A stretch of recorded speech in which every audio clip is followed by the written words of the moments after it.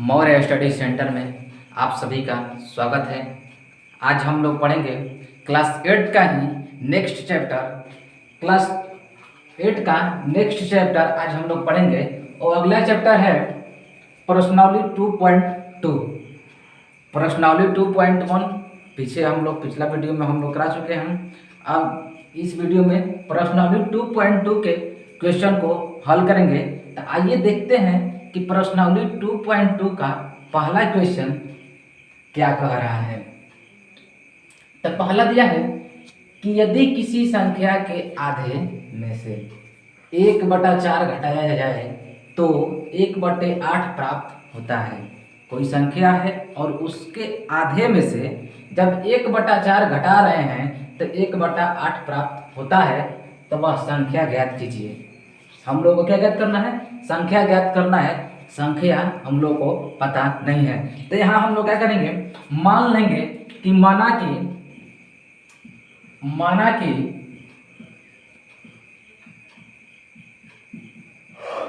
संख्या is equal to x. माना कि संख्या x है। कौन संख्या है? तो x मान लिए और कह रहा है कि किसी संख्या के आधे में से 1/4 घटाया जाए तो संख्या क्या होगा? x। और x के आधा, तो x के आधा क्या होगा?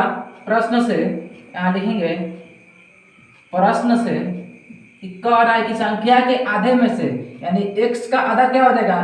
तो x/2। x/2 में से 1/4 घटाया जाए तो -1/4 घटाया जाए तो कितना प्राप्त हो रहा है? बराबर आ रहा है कितना? 1/8 प्राप्त होता है। तो संख्या ज्ञात कीजिए। अब हम लोग यहाँ से निकाल लेंगे। कहा है कि संख्या, माना कि संख्या मान लीजिए क्या x, कि x है संख्या और x के आधे में से 1/4 घटा देंगे तो कितना प्राप्त होता है? 1/8 प्राप्त होता है। तो यहाँ से हम लोग निकाल लेंगे। हम लोग समीकरण, जैसे आप एक समीकरण हम लोग को मिल गया और इस समीकरण को क्या कर लेंगे? हल कर देंगे। और समीकरण हल करने के लिए हम पिछले वीडियो में बताए हैं कि चर वालों को एक तरफ और अचर वालों को एक तरफ करते हैं। तो ये क्या है? चर वाला है तो चर वालों को इस तरफ छोड़ देते हैं और अचर वालों को बराबर के इस साइड ला देते हैं। तो देखिए x/2 इज इक्वल टू 1/8, ये माइनस में है, जब बराबर के उधर जाएगा तो प्लस 1/4। इसके बाद या x/2 इज इक्वल टू 8 और 4 का एलसीएम लेंगे तो कितना होगा? 8 ले 8 में भाग देंगे तो एक बार में 1 ले गुणा करेंगे तो 1 प्लस 4 ले 2 में भागा देंगे तो 4 दूना 8, 2 और 1 से गुणा कर देंगे तो 2, या x/2 इज इक्वल टू 2 और 1 जोड़ेंगे तो 3/8। अब क्या कर देंगे? क्रॉस मल्टीपल यानी तेरछा गुणा कर देंगे। तो गुणा करने के बाद देखिए, या x और 8 से गुणा करेंगे तो 8x इज इक्वल टू 3 और 2 से गुणा करेंगे तो 6, यानी x इज इक्वल टू इधर लिख देते हैं, यानी x इज इक्वल टू 6। अब बटे में जब गुणा में है बराबर के उधर जाएगा तो क्या हो जाएगा? भागा में, यानी 6/8। अगर ये कटने वाला है तो कटा दीजिए कि 3 दूना 6, 4 दूना 8, यानी x is equal to 3/4 answer, यानी x is equal to 3/4 answer. यहाँ पर हम लोग संख्या ज्ञात कीजिए। तो माना कि संख्या क्या माने थे? x इज इक्वल टू आ गया 3/4, यानी संख्या क्या होगा? 3/4। अगला क्वेश्चन है कि अगला कह रहा है कि यदि किसी आयत की लंबाई और चौड़ाई का अंतर 5 मीटर हो और परिमिति 110 मीटर हो तो लंबाई और चौड़ाई ज्ञात कीजिए। कोई आयत दिया है, उसका लंबाई और चौड़ाई का अंतर 5 मीटर है और उसका परिमाप 110 मीटर हो तो लंबाई और चौड़ाई ज्ञात कीजिए। यानी लंबाई और चौड़ाई हम लोगों को पता नहीं है, तो लंबाई और चौड़ाई हम लोगों को ज्ञात करना है। तो यहाँ लिखेंगे कि माना कि लंबाई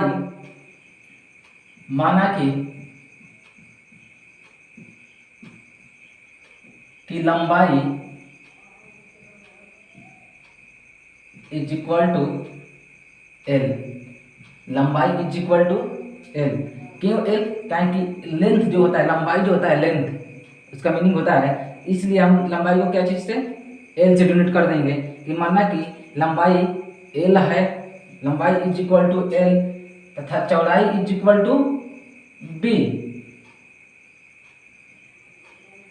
चौड़ाई इज इक्वल टू बी। मान लिए कि लंबाई एल और चौड़ाई क्या है, बी है। अब प्रश्न से लिखेंगे, प्रश्न अब जिससे जिससे कह रहा है वैसे करेंगे। तो यहाँ लिखेंगे प्रश्न से। तो प्रश्न क्या कह रहा है कि कह रहा है कि आयत की लंबाई और चौड़ाई का अंतर। यहाँ लिख लीजिए, बढ़िया से लिख लेते हैं कि माना कि आयत की लंबाई और चौड़ाई, माना कि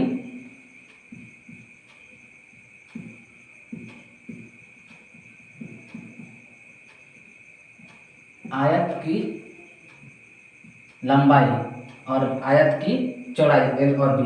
अब प्रश्न से कह रहा है कि लंबाई और चौड़ाई का अंतर कितना है, 5 मीटर, यानी L minus B is equal to कितना, 5 metre. L minus B is equal to 5 metre हो। और परिमिति यानी परिमाप कितना दिया है, 110 मीटर, यानी परिमिति कितना दिया है, परिमाप, परिमाप इज इक्वल टू 110 मीटर।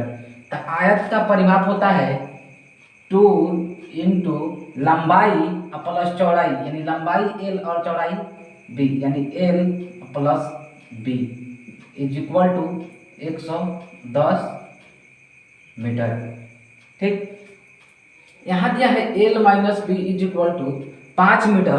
तो यहाँ से हम लोग एल निकाल लेंगे, इसलिए एल इज इक्वल टू क्या होगा, 5, माइनस में बी है, इधर आएगा तो क्या हो जाएगा, प्लस बी, यानी 5 प्लस बी। अब क्या कर देंगे कि एल के जगह पर, एल के जगह पर एल का मान रख देंगे।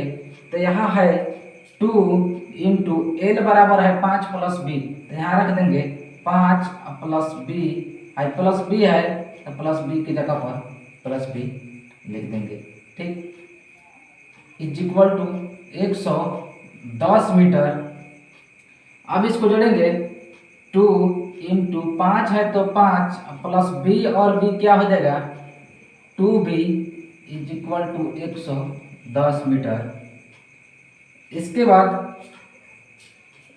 हम लोग करेंगे कि 2 इंटू 5 प्लस 2b, 2 का क्या है, इस दोनों में गुणा, यानी 2 5 10, या का चिन्ह हमेशा देते रहेंगे, या का चिन्ह हमेशा देते रहेंगे, या तब तक समीकरण का हल नहीं कर देते हैं। या 2 और 5 का गुणा होगा 10, प्लस प्लस यहाँ पर है, यहाँ पर भी प्लस है, प्लस और प्लस का गुणा होगा था प्लस 2 और 2b का गुणा होगा था 4b is equal to 110 metre. इसके बाद या अब क्या करेंगे, चर वालों को एक तरफ और अचर वालों को एक तरफ कर देंगे।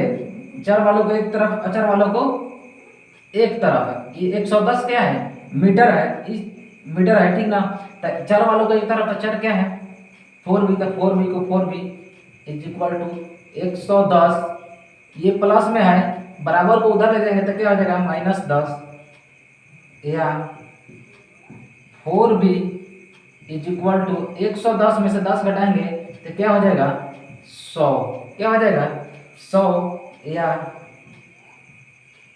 b इज इक्वल टू, इसलिए b इज इक्वल टू ये 100 हाई 4 का गुणा है b में, जब बराबर को उधर जाएगा तो भागा में चल जाएगा, यानी 25 बार में 25 चौके 100, यानी b is equal to 25 metre, यानी b is equal to 25 metre. जब b क्या है जी, तब b है चौड़ाई, जब चौड़ाई इज इक्वल टू कितना आ गया 25 मीटर, तो यहाँ से इसलिए लंबाई is equal to 5 plus B, यानी l बराबर कितना, तब 5 प्लस बी, तब 5, अब बी का मान रख देंगे, अब plus 25 is equal to 30 metre answer, यानी लंबाई कितना 30 मीटर, चौड़ाई कितना 25 मीटर आंसर आ गया।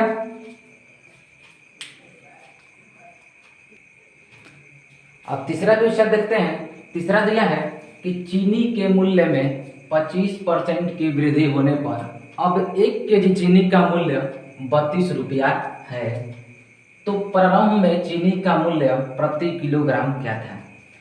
यहाँ साफ साफ दे दिया है कि कह रहा है कि चीनी के मूल्य में 25% का जब वृद्धि हो रहा है तो 1 kg चीनी का मूल्य 32 रुपया हो जा रहा है। तो कह रहा है कि प्रारंभ में यानी शुरुआत में जो चीनी का मूल्य प्रति किलोग्राम क्या था। तो हम लोग मानेंगे कि माना कि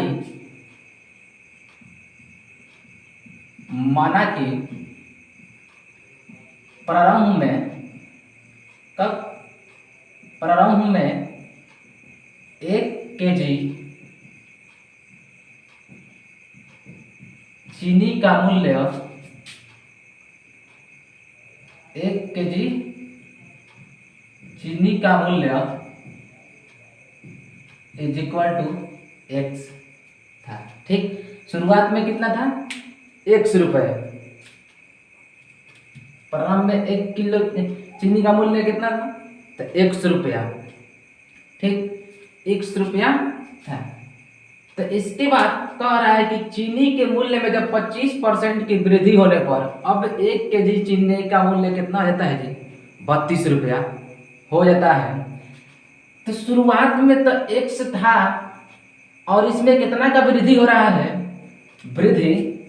तो वृद्धि कितना का हो रहा है, वृद्धि इज इक्वल टू x का 25%, यानी x में क्या हो जा रहा है, 25% का वृद्धि हो जा रहा है।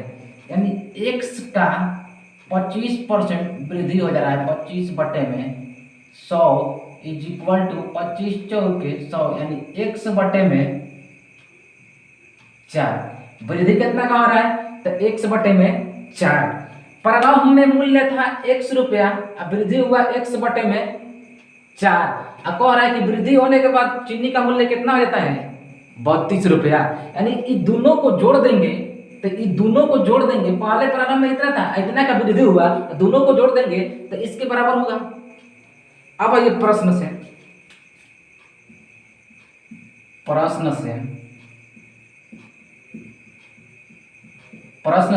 प्रारंभ में चीनी का मूल्य 1 रुपया, तो x प्लस वृद्धि कितना हुआ, तो x बटे में 4, यानी 25% का वृद्धि हुआ, x का 25%, तो x बटे में 4 इज इक्वल टू कितना के बराबर होगा, तो 32 रुपया का। यानी अब मूल्य कितना हो जाएगा, 32 रुपया हो गया है। अब इसको क्या कर देंगे, हल कर देंगे, समीकरण बन गया। इसका एलसीएम लेंगे तो 4 और 1 4x plus 1x is equal to 32, या 4x और x कितना हो जाएगा, 5x बटे में 4 इज इक्वल टू 32। अब क्या कर देंगे, क्रॉस मल्टीपल कर देंगे, यानी 5x इज इक्वल टू 4 दूना 8 चलती है 12, 128। अब यहाँ से निकाल लेंगे, इसलिए x इज इक्वल टू बराबर क्या है, 128। ये जो 5 है क्या गुना में है, इधर बराबर को उधर जब आएगा तो भागा में, यानी 5। अब इसको कटा देंगे तो 5 दूना 10, 5 25, अब पॉइंट 6 5 30, यानी x इज इक्वल टू 25.6 रुपया, 606 रुपया। ठीक, यानी x इज इक्वल टू कितना आया, 25.6 रुपया। यानी माना कि प्रारंभ में 1 kg चीनी का मूल्य क्या था, x, और x इज इक्वल टू कितना आया, 25.6 रुपया। निकालना क्या था, प्रारंभ में चीनी का मूल्य प्रति किलोग्राम क्या था, तो प्रारंभ प्रति किलोग्राम क्या था, तो 25.6 रुपया आंसर।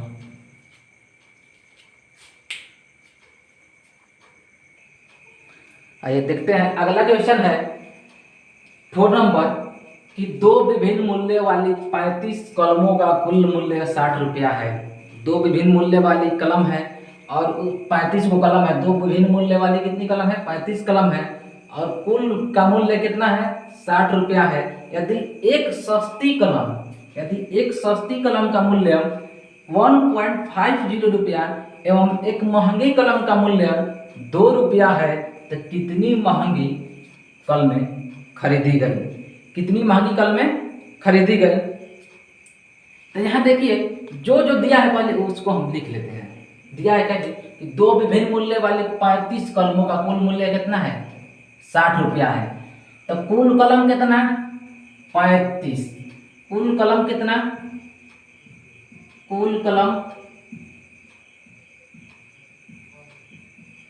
की संख्या इज इक्वल टू 35। कुल कलम कितना, 35 और कुल मूल्य कितना, 60 रुपया। कुल मूल्य, कुल मूल्य कितना लगा है, इज इक्वल टू 60 रुपया। इसके बाद यह है कि यदि एक सस्ती कलम का मूल्य 1.50 रुपया एवं एक महंगी कलम का मूल्य 2 रुपया है तो कितनी महंगी कलमें खरीदी गई। तो ये तो हम लोग को पता नहीं है कितनी महंगी कलमें है और कितना सस्ता कलम है। ये पता है कि दोनों का मूल्य जो है कितना है, कुल दोनों मिला के कुल कितना है, 35 कलम है और 35 कलम का मूल्य कितना है, 60 रुपया है। तो यहाँ मानेंगे कि माना कि सस्ती कलम का मूल्य, सस्ती कलम का मूल्य माने या महंगी कलम का, तो महंगी कलम का मान लेते हैं कि पूछा है क्या, महंगी कलम का मूल्य बताइए। तो माना कि महंगी कलम का मूल्य, महंगी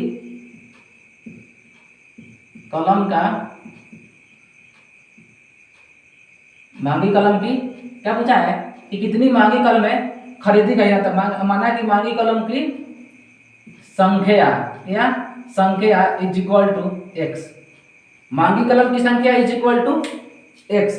कुल कलम की संख्या 35, यानी दोनों कलम के, यानी महंगी और सस्ती दोनों मिला के कुल कितना, 35। यहाँ मान लिया कि महंगी कलम की संख्या x, तो सस्ती कलम की संख्या कितना हो जाएगा, कुल कलम की संख्या में से महंगी कलम को जब घटा देंगे तो नहीं पता चल जाएगा कि सस्ती कलम की संख्या कितनी है। तो यहाँ निकालेंगे कि सस्ती कलम की संख्या, सस्ती कलम की संख्या इज इक्वल टू कुल कलम में से जब महंगी कलम घटा देंगे तो सस्ती कलम में बचेगा, यानी 35 माइनस x। क्या बचेगा, 35 माइनस x। अब हम लोग को पता चल गया कि महंगी कलम की संख्या x माने है और सस्ती कलम की संख्या कितना हो जाएगा, कुल कलम में से घटा देंगे 35 माइनस x। ठीक, यहाँ पर अब दिया है कि एक सस्ती कलम का मूल्य 1.50 रुपया एवं एक महंगी कलम का मूल्य 2 रुपया है। तो अब देखिए यहां लिखेंगे प्रश्न से एक बात देखिए, जब हम लोग को संख्या पता चल जाएगा कि महंगी कलम की संख्या x और महंगी कलम का मूल्य कितना है जी, तो महंगी कलम का, एक महंगी कलम का मूल्य कितना है, एक महंगी कलम का मूल्य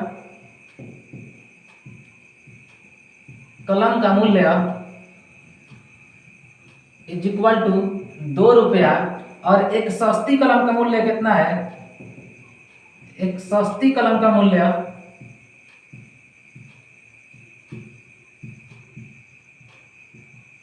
कितना है जी, तो एक सस्ती कलम का मूल्य कितना है, 1.50 रुपया, 1.50 रुपया।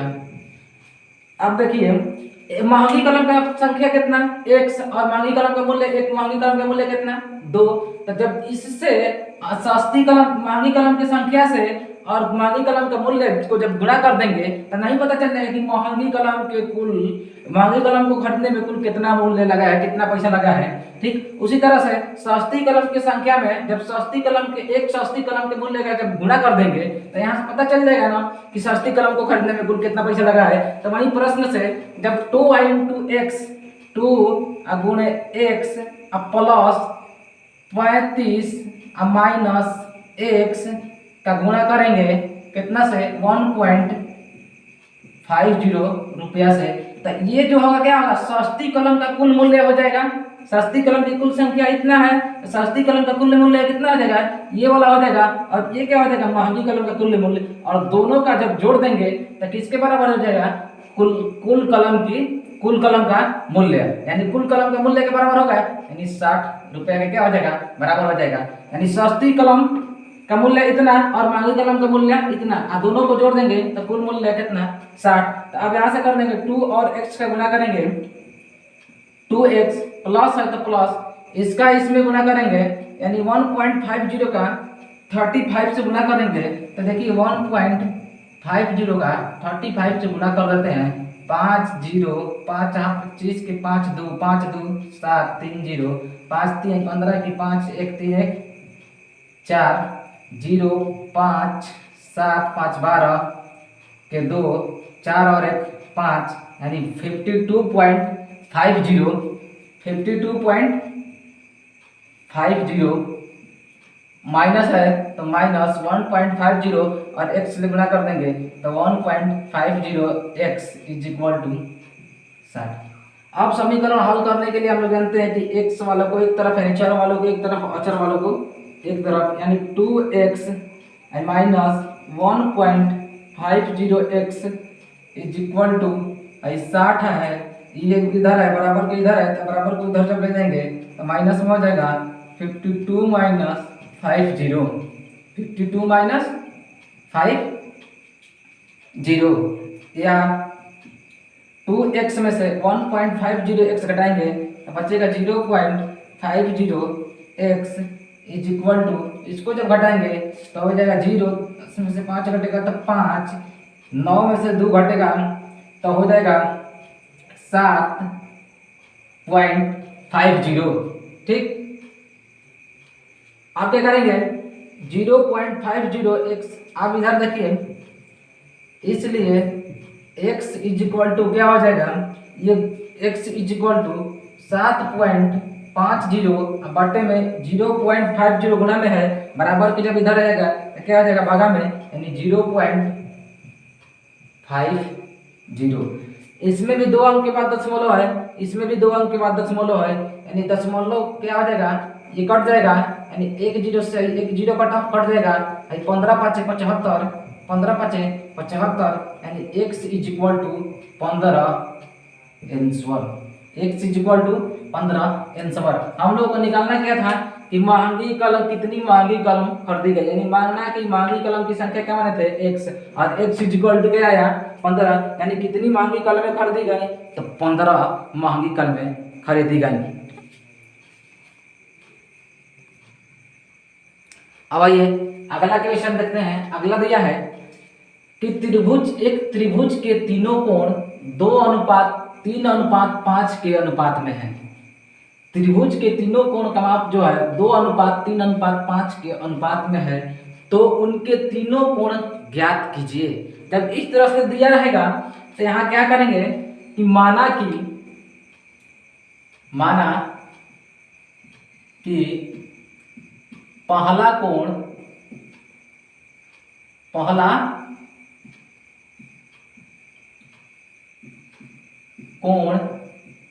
इज इक्वल टू कितना हो जाएगा 2x, दूसरा कोण कितना हो जाएगा, दूसरा कोण इज इक्वल टू 3x, और तीसरा कोण कितना हो जाएगा, तीसरा कोण इज इक्वल टू 5x।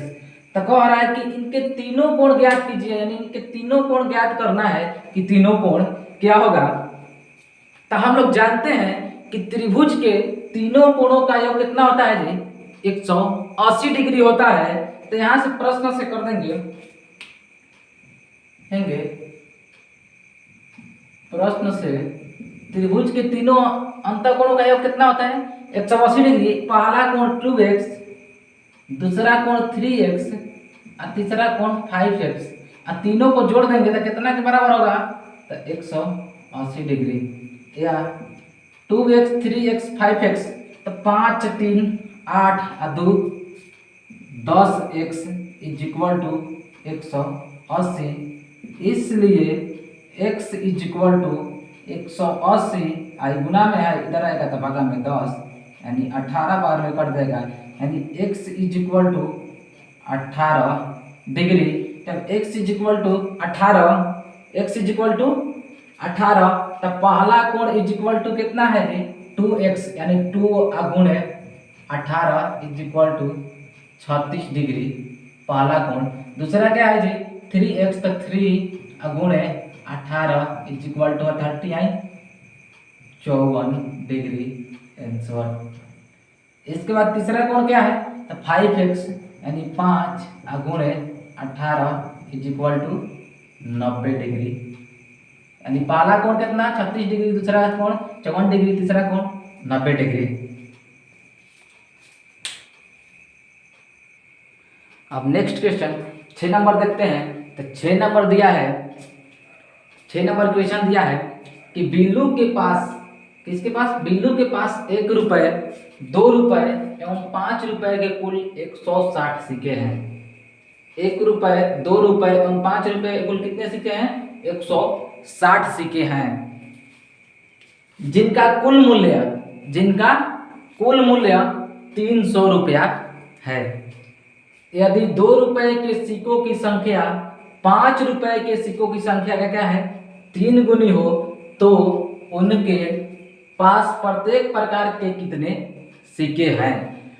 कह रहा है कि उनके पास प्रत्येक प्रकार के कितने सिक्के हैं ये बताना है, जबकि दिया है यदि 2 रुपये के सिक्कों की जो संख्या है 5 रुपये की सिक्कों की संख्या का क्या है 3 गुनी है। तो अब आइए यहाँ पर जो जो दिया है पहले वो हम लिख लेते हैं। तो दिया है क्या कि 1 रुपये, 2 रुपये एवं 5 रुपये के कुल सिक्के कितना है 160, यानी 1 रुपया, 2 रुपया एवं 5 रुपये के कुल सिक्कों की संख्या, कुल सिक्कों की संख्या इज इक्वल टू कितना है 160, यानी 1 रुपया, 2 रुपया एवं 5 रुपये के कुल सिक्का कितना है 160, और इनका सभी सिक्कों का मूल्य कितना है जी तो 300 रुपया है, यानी कुल मूल्य कितना है, कुल मूल्य इज इक्वल टू 300 रुपया है। कुल मूल्य कितना है 300 रुपया है। कह रहा है यदि 2 रुपये के सिक्कों की संख्या 5 रुपये की सिक्कों की संख्या क्या है 3 गुनी है, तो किसके 3 गुनी है तो 5 रुपये की सिक्कों की संख्या के 3 गुना है क्या 2 रुपये के सिक्कों की संख्या। तो 5 रुपये की सिक्कों की संख्या हम लोग को पता नहीं ना कि कितना है, तो यहाँ क्या कर लेंगे, मान लेंगे कि माना कि, क्या कर लेंगे, मान लेंगे कि माना कि 5 रुपये के सिक्कों की संख्या,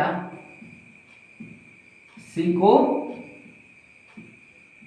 की संख्या इज इक्वल टू x। जब 5 रुपये के सिक्कों की संख्या x, तो 2 रुपये के सिक्कों की संख्या क्या हो जाएगा 5 रुपये की सिक्कों की संख्या क्या है 3 गुनी है, तो 2 रुपये की सिक्कों की संख्या, तो 2 रुपये के सिक्कों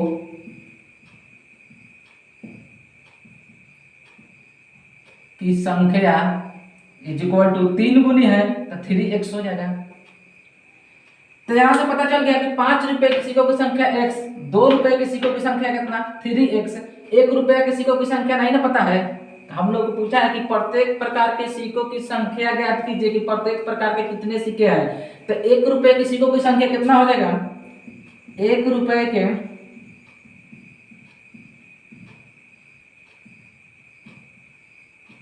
सिक्कों की संख्या इज इक्वल टू, तो कुल सिक्का है कितना, कुल सिक्कों की संख्या कितना है 160, अब कुल सिक्कों की संख्या में से 5 रुपया और 2 रुपया के सिक्कों की संख्या को घटा देंगे तो 1 रुपया वाला कुल सिक्का की संख्या नहीं पता चल जाएगा। तो कुल सिक्कों की संख्या कितना है 160, और 160 में से 5 रुपया का सिक्का और 2 रुपया का सिक्का घटा देंगे तो 1 रुपया के सिक्कों की संख्या मिल जाएगा, यानी माइनस क्या कर देंगे x माइनस 3x, यानी 5 रुपये के सिक्कों की संख्या और 2 रुपये के सिक्कों की संख्या को क्या कर देंगे घटा देंगे। तो यहाँ होगा 160 माइनस माइनस क्या होता है जी प्लस, माइनस चिन्ह क्या चीज का होगा माइनस का होगा, 3 और 4 क्या हो जाएगा 4x, 3 और x 3x और x 4x, यानी 1 रुपये के सिक्कों की संख्या हम लोग को पता चल गया कि 160 माइनस 4x 160 माइनस 4x। अब कुछ नहीं करना है, इधर देखिए आप क्या कर देंगे, प्रश्न से, प्रश्न अनुसार, प्रश्न से दिया है क्या, कुल मूल्य कितना है 300 रुपया। 1 रुपया 2 रुपया और 5 रुपया के सिक्कों का कुल मूल्य कितना है 300 रुपया। तब 5 रुपये के सिक्कों की संख्या x, यदि 5 रुपये के एक गो सिक्का रहेगा तो हम कहेंगे कि हमारे पास कितना रुपया है 5 रुपया है, यानी 1 गुणे 5 करते हैं ना, 5 रुपये का जब 2 गो सिक्का रहेगा तो 2 गुणे 5 कर देंगे तो पता चल जाएगा कि यानी हम लोग के पास कितना है 10 रुपया। ठीक उसी तरह से तो 5 रुपए की सिक्कों की संख्या x, तो 5 रुपए की सिक्कों की संख्या x, यानी हम लोग के पास कितना मूल्य होगा, तो x गुणे 5 कर देंगे, x गुणे 5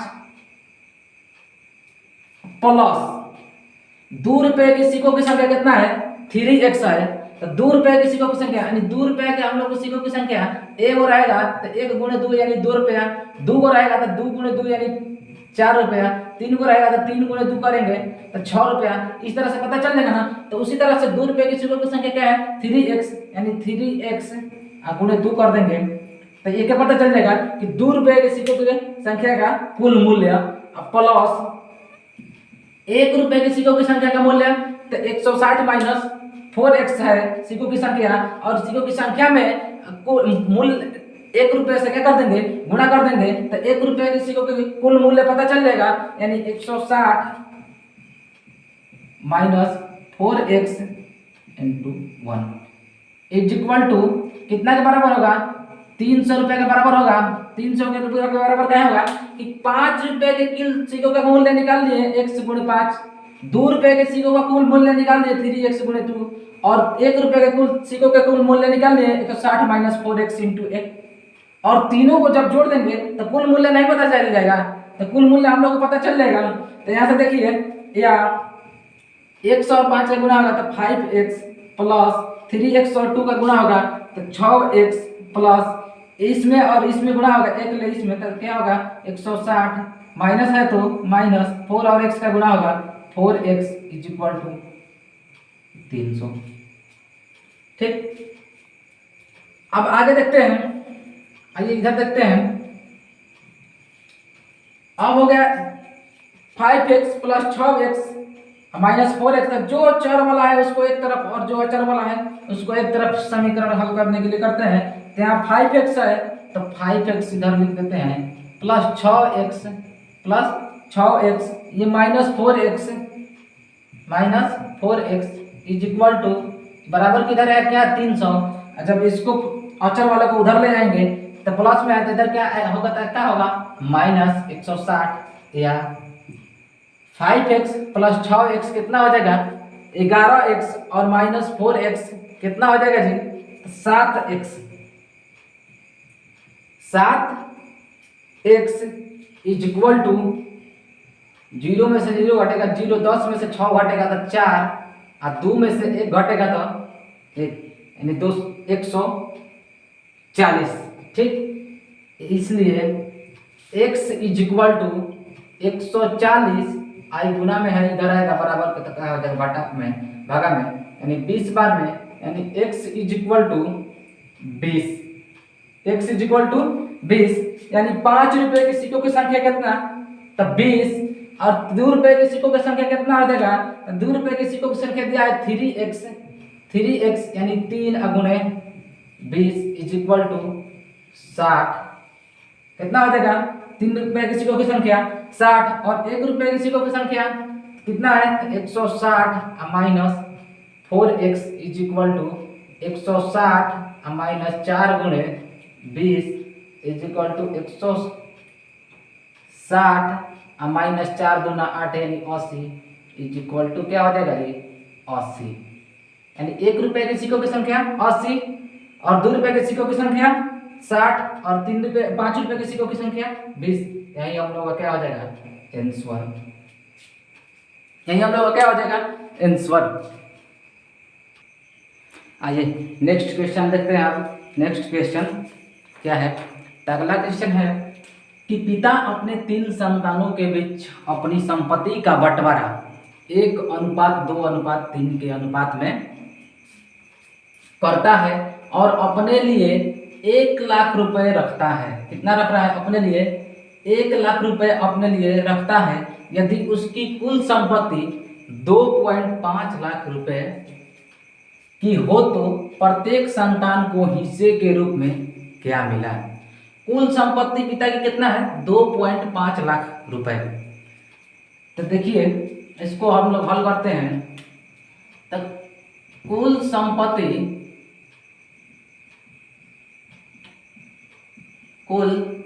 संपत्ति is equal to 2.5 lakh. 2.5 lakh कहने का मतलब क्या कि 2,50,000। कितना? 2,50,000 रुपया है कुल संपत्ति, यानी 2.5 लाख कहने का मतलब कि 2,50,000 रुपया है पिता की कुल संपत्ति। और कह रहा है पिता अपने इसकी तीनों संतानों के बीच अपनी संपत्ति का बंटवारा कितना किस अनुपात में कर रहा है? 1:2:3 के अनुपात में कर रहा है। यानी पहले पुत्र का हिस्सा कितना होगा?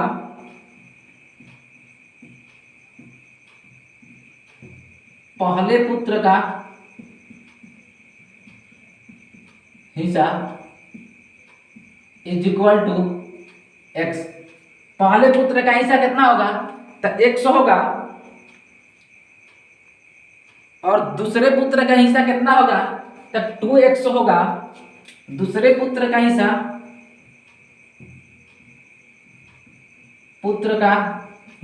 इज इक्वल टू कितना होगा? 2x। और तीसरे पुत्र का हिस्सा कितना हो जाएगा? तीसरे पुत्र का हिस्सा इज इक्वल टू 3x।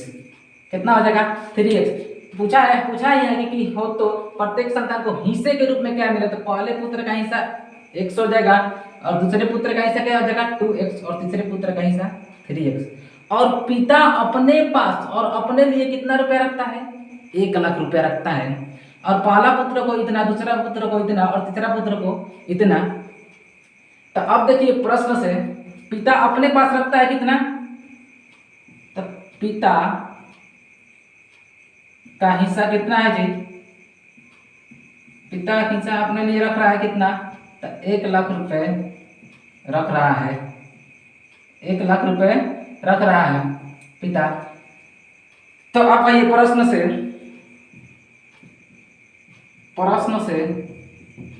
तो देखिए प्रश्न से जब कुल तीनों पुत्र का हिस्सा और पिता जो अपने पास 1,00,000 रुपए रख रहा है, उस चारों को जब जोड़ देंगे तो कुल संपत्ति के बराबर हो जाएगा। कुल संपत्ति के बराबर, और कुल संपत्ति इतना है यानी x plus 2x plus 3x plus 1,00,000। 1 2 3 4 कहीं दहाई सैकड़ा हजार 10,000 लाख। ठीक, 1,00,000 बराबर होगा किसके? ये 2,50,000 के बराबर होगा। 2,50,000 के। अब इसको क्या कर देंगे? हल कर देंगे। या 3 और 2 कितना हो जाएगा? 5। 5 और 1 कितना हो जाएगा? 6x प्लस 1,00,000 यानी 1,00,000 इज इक्वल टू 2,50,000। इसको हल कर देते हैं इधर। या 6x is equal to 2,50,000 minus 1,00,000 उधर से जाएगा तो क्या हो जाएगा? माइनस में हो जाएगा ना 1,00,000। ठीक, या 6x इज इक्वल टू घटाएंगे तो कितना बचेगा? 0 0 0 0 5 और 1 कितना बचेगा? 1,50,000 रुपया बचेगा। या इसलिए x इज इक्वल टू 1,50,000 बटे में 6। क्या होगा? बटे में 6 यानी बटे में 6। अब इसको क्या कर देंगे? कटा देंगे तो कट जाएगा। 3 दूना 2 तिहाई 2 तिहाई 6 5 तिहाई 15 5 तिहाई 15 का 0 1 2 3 और एक 4 जीरो, 2 पाँचे 2 दूना 4, 5 दूना 10, यानी 25,000। यानी x इज इक्वल टू कितना 25,000। x इज इक्वल टू कितना 25,000, यानी पहले पुत्र का हिस्सा इज इक्वल टू 25,000, दूसरे पुत्र का हिस्सा यानी 2x, दूसरे पुत्र का हिस्सा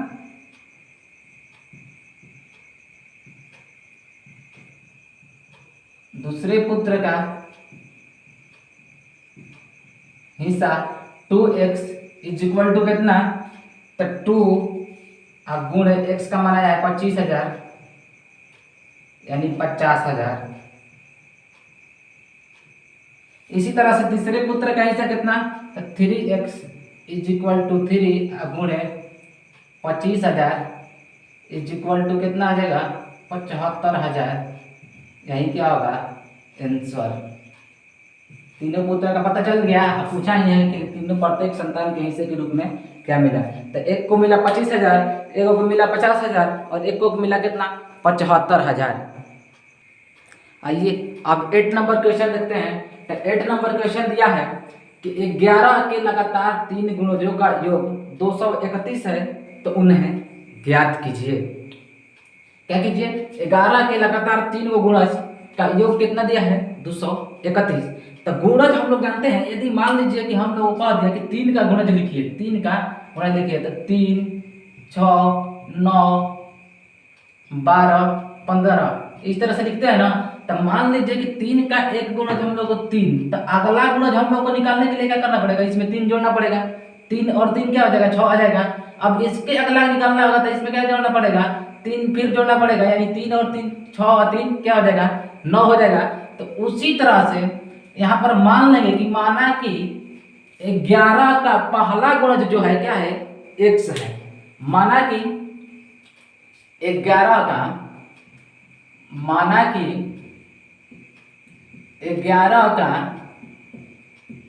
पहला गुणज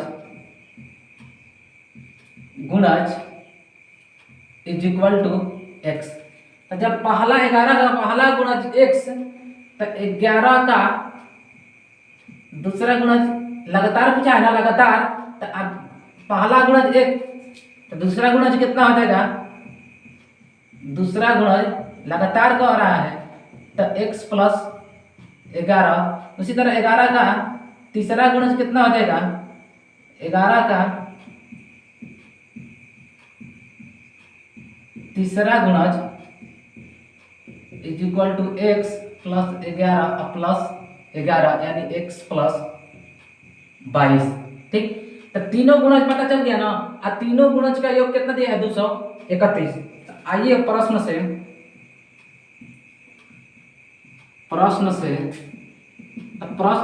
तो तीनों गुणजों का योग कितना दिया है 231, यानी x plus 11 plus x plus 22 is equal to 231। x और x जोड़ देंगे कितना हो जाएगा 3x प्लस 11 और 22 को क्या कर देंगे जोड़ेंगे तो कितना हो जाएगा 2 और 1 3, 2 और 1 3 इज इक्वल टू 231। या 3x is equal to 231 plus में है उधर जाएगा तो माइनस में हो जाएगा 33। ठीक, इसके बाद 3x इज इक्वल टू 231 में से 33 को घटा देंगे, यानी 11 में से 3 घटेगा तो कितना बचेगा 8, और 2 में से 3 नहीं घटेगा तो 12 में से 3 घटेगा तो 9, और एक कितना हो जाएगा 198। इसलिए x इज इक्वल टू 198, गुना में है इधर आएगा तो भागा में 3, 36 18, यानी x इज इक्वल टू कितना आ गया 66। यानी पहला गुणज कितना होगा x इज इक्वल टू 66, और दूसरा गुणज कितना होगा 66 प्लस 11 इज इक्वल टू 77, और तीसरा गुणज कितना होगा 66 plus 11 plus 11 is equal to कितना हो जाएगा जी 88। यानी तीनों गुणज हम लोग को पता चल गया।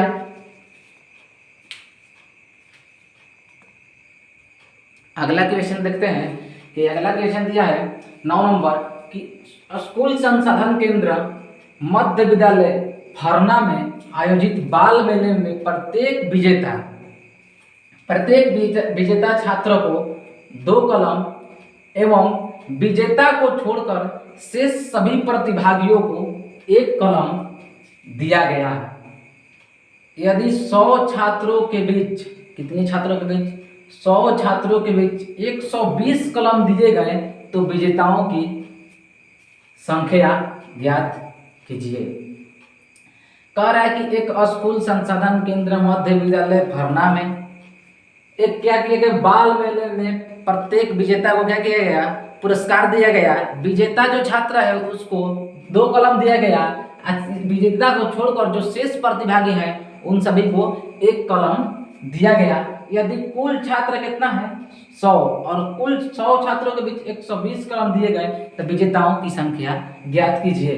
तो यहाँ जो भी दिया है उसको हम लोग लिख लेते हैं, यानी कुल छात्र कितना, कुल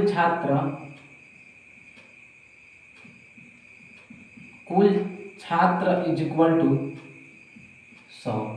कुल छात्र कितना है 100 और कुल कलम कितना दिया गया है जी, कुल कलम इज इक्वल टू 120।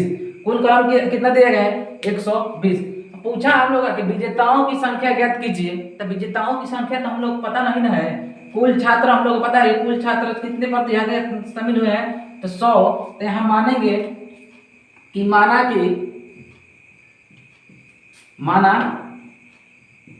कि विजेता छात्रों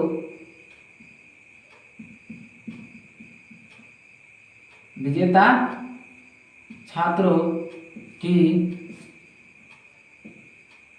कुल संख्या इज इक्वल टू x। जब विजेता छात्र की कुल संख्या इज इक्वल टू x, अब कुल छात्र कितना शामिल हुआ है 100, तो शेष सभी प्रतिभागी हम लोग निकाल लेंगे कि कुल छात्रों में से जब विजेता छात्रों की संख्या को घटा देंगे तो शेष प्रतिभागी हम लोग को नहीं पता चल जाएगा। तो यहाँ से शेष प्रतिभागी हम लोग निकाल लेते हैं कि शेष प्रतिभागी यानी शेष छात्रों की संख्या, इसलिए शेष छात्रों की संख्या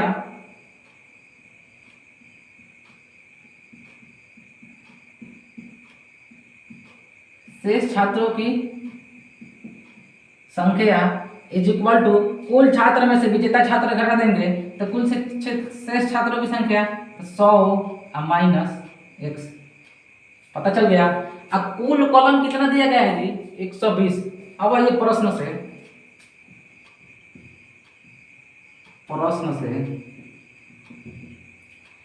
कह रहा है कि विजेता छात्रों की कुल संख्या कितना x और विजेता छात्रों को कुल कलम कितना दिया गया है, प्रत्येक विजेता छात्रों को कितना कलम दिया गया है 2। तो कुल विजेता छात्रों को दिए गए कलम की संख्या तो 2 गुणे x कर देंगे, 2 गुणे x नहीं कर देंगे। यहाँ नहीं समझ में आ रहा है, देखिए एक लाइन और लिख देते हैं कि विजेता छात्र को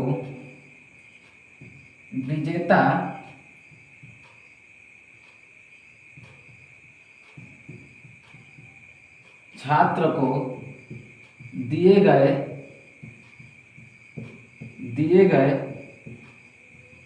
कुल कलम की संख्या इज इक्वल टू क्या हो जाएगा, विजेता छात्रों की कुल संख्या x और विजेता छात्रों को कितना कलम दिया गया एक हो गए तो 2 गुणे x यानी कुल कितना हो जाएगा 2x। विजेता छात्रों को दिए गए कुल कलम की संख्या कितना 2x और शेष छात्रों को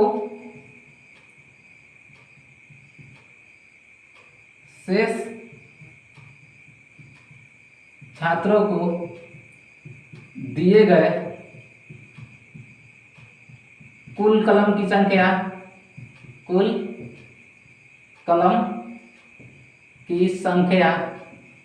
इज इक्वल टू कितना आ जाएगा जी, तो कुल से छात्र कितना है तो 100 माइनस x, 100 माइनस x और प्रत्येक को कितना दिया गया है 1 कलम दिया गया है, यानी कितना हो जाएगा तो 100 माइनस x यानी कुल संख्या कितना हो जाएगा, से छात्रों को दिए गए कुल कलम की संख्या 100 माइनस x।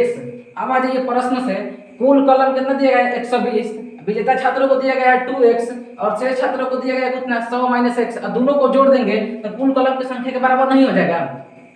तो अब यहाँ कर लेंगे कि 2x plus 100 minus x is equal to कितना हो जाएगा, तो 120 के बराबर हो जाएगा, यानी कुल कलम, यानी ये क्या होगा, विजेता छात्रों को दिया गया कुल कलम की संख्या और ये शेष छात्रों को दिए गए कुल कलम की संख्या, और दोनों को जोड़ देंगे तो कुल कलम दिया गया है 120 के बराबर हो जाएगा। या 2x में से x घट जाएगा तो क्या बचेगा x प्लस है क्या है 100 इज इक्वल टू 120, या x इज इक्वल टू 120, ई प्लस में है इधर आएगा तो क्या हो जाएगा माइनस 100, इसलिए x is equal to 20 answer, यानी विजेता छात्रों की कुल संख्या कितना x और x इज इक्वल टू कितना 20, यानी विजेता छात्रों की कुल संख्या कितना 20। हम लोगों को निकालना क्या था कि विजेताओं की संख्या ज्ञात कीजिए, तो विजेता छात्रों की संख्या कितना 20 आंसर। आइए अब इस चैप्टर का पर्सनालिटी 2.2 का लास्ट क्वेश्चन यानी 10 नंबर देख रहे हैं। लास्ट 10 नंबर क्या कर रहा है, कह रहा है कि रवि के पिता का वर्तमान उम्र रवि के वर्तमान उम्र के 3 गुने से 5 वर्ष अधिक है। रवि के पिता का जो वर्तमान उम्र है, रवि के वर्तमान उम्र के 3 गुने से 5 वर्ष क्या है अधिक है। कह रहा है कि 5 वर्ष बाद उनके उम्रों का योग 47 वर्ष हो जाएगा, तो दोनों की वर्तमान उम्र ज्ञात कीजिए। दोनों की वर्तमान उम्र ज्ञात कीजिए, तो कह रहा है कि रवि के पिता का वर्तमान उम्र जो है, रवि के वर्तमान उम्र के 3 गुने से 5 वर्ष अधिक है। तो रवि का वर्तमान उम्र तो पता नहीं ना है, तो यहाँ निकाल लेंगे कि रवि का वर्तमान उम्र मान लेंगे कि माना कि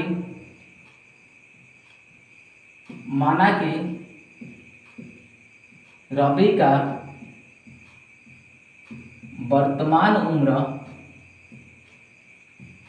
उम्र इज इक्वल टू x।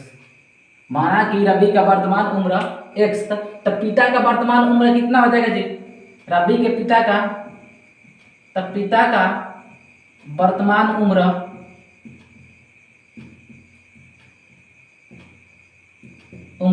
तो यहाँ पिता का वर्तमान उम्र कितना हो जाएगा, जब रवि के वर्तमान उम्र x, तब पिता का वर्तमान उम्र रवि के उम्र के 3 गुना से 5 वर्ष क्या है अधिक है, यानी रवि की उम्र क्या है x, तो x का 3 गुना प्लस 5 वर्ष क्या है अधिक है रवि के पिता का वर्तमान उम्र। ठीक, इसके बाद हम लोग को दिया है कि 5 वर्ष बाद उनके उम्रों का योग कितना 47 वर्ष हो जाएगा, तो दोनों की वर्तमान उम्र ज्ञात कीजिए। तो अब आइए प्रश्न से कह रहा है कि रवि का वर्तमान उम्र x, पिता का वर्तमान उम्र 3x प्लस 5, यानी 5 वर्ष बाद दोनों का उम्र कितना हो जाएगा, 5 वर्ष बाद उनके उम्रों का योग क्या हो जाएगा 47 वर्ष। तो 5 वर्ष बाद रवि का उम्र क्या होगा जी, 5 वर्ष बाद रवि का उम्र 5 वर्ष बाद रवि का उम्र 5 वर्ष बाद रवि का उम्र इज इक्वल टू अभी है x, और 5 वर्ष बाद कितना हो जाएगा, तो x प्लस 5, और 5 वर्ष पिता का उम्र 5 वर्ष बाद पिता का उम्र कितना हो जाएगा, तो 5 वर्ष बाद पिता का उम्र